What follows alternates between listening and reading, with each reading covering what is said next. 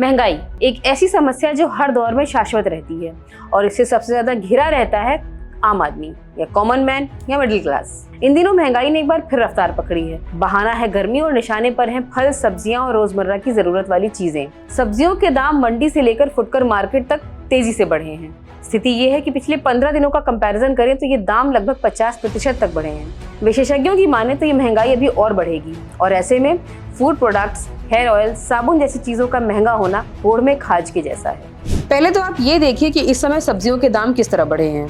टमाटर 10 रुपए प्रति किलो से बढ़कर 20 से 25 रुपए प्रति किलो तक हो चुका है।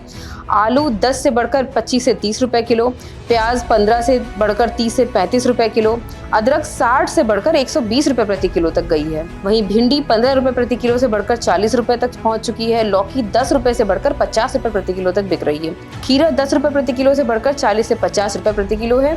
वहीं करेले की कीमत 10 रुपए से बढ़कर 20 से 25 रुपए प्रति किलो तक पहुंच चुकी है। ये दाम उत्तर प्रदेश के कुछ शहरों के हैं। अभी आप दिल्ली और एनसीआर की ओर बढ़िए तो इन्हीं दामों को आप 2 गुना या 3 गुना भी कर सकते हैं। ऐसे में मिडिल क्लास परिवारों में रोज यही डिस्कशन होता है कि ऐसी कौन सी सब्जी बनाएं जो बजट में आ जाए। बढ़ती महंगाई के बीच रोजमर्रा के सामान बेचने वाली एफएमसीजी कंपनियों ने आम लोगों की मुश्किलें बढ़ा दी हैं। बीते 2-3 महीनों में इन कंपनियों ने फूड और पर्सनल केयर से जुड़े प्रोडक्ट्स के दाम 2 से 70% तक बढ़ाए हैं। कंपनियों की माने तो कच्चे माल की कीमतों में बढ़ोतरी के कारण महंगाई बढ़ रही है। आटे से लेकर कॉफी तक के दाम बढ़ चुके हैं। नेस्ले ने कॉफी की कीमतों में 8 से 13% और मैगी ओट्स नूडल की कीमतों में 17% का इजाफा किया है।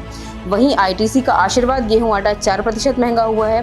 गोदरेज कंज्यूमर प्रोडक्ट्स ने साबुन और डिटर्जेंट की कीमतें 4 से 5% तक बढ़ा दी हैं। इसी तरह Colgate, Palmolive, Pears, HUL, PNG, Jyothy Labs के प्रोडक्ट भी महंगे हुए हैं।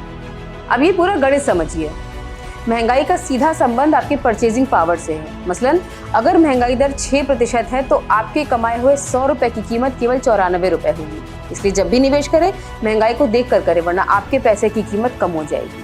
महंगाई का बढ़ना और घटना प्रोडक्ट की डिमांड और सप्लाई पर निर्भर करता है। अगर लोगों के पास ज्यादा पैसे होंगे तो वो ज्यादा चीजें खरीदेंगे।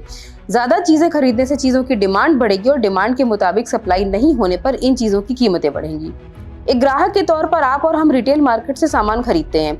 इससे जुड़ी कीमतों में हुए बदलाव को दिखाने का काम कंज्यूमर प्राइस इंडेक्स यानी CPI करता है। हम सामान और सर्विसेज के लिए जो औसत मूल्य चुकाते हैं, CPI उसी को मापता है। कच्चे तेल, कमोडिटी की कीमतों, मैन्युफैक्चर्ड कॉस्ट के अलावा कई अन्य चीजें भी होती हैं जिनकी रिटेल महंगाई दर तय करने में अहम भूमिका होती है। करीब 300 सामान ऐसे हैं जिनकी कीमतों के आधार पर रिटेल महंगाई का रेट तय होता है। तो भैया महंगाई तो अपनी स्पीड से बढ़ती रहेगी। तो अब अगर ऐसे में आप मिडिल क्लास से आते हैं तो या तो अपनी इनकम बढ़ाइए या फिर कंजूसी से खर्चा कीजिए या फिर दिन रात ये गाना गाइए, थोड़ा है थोड़े की जरूरत है।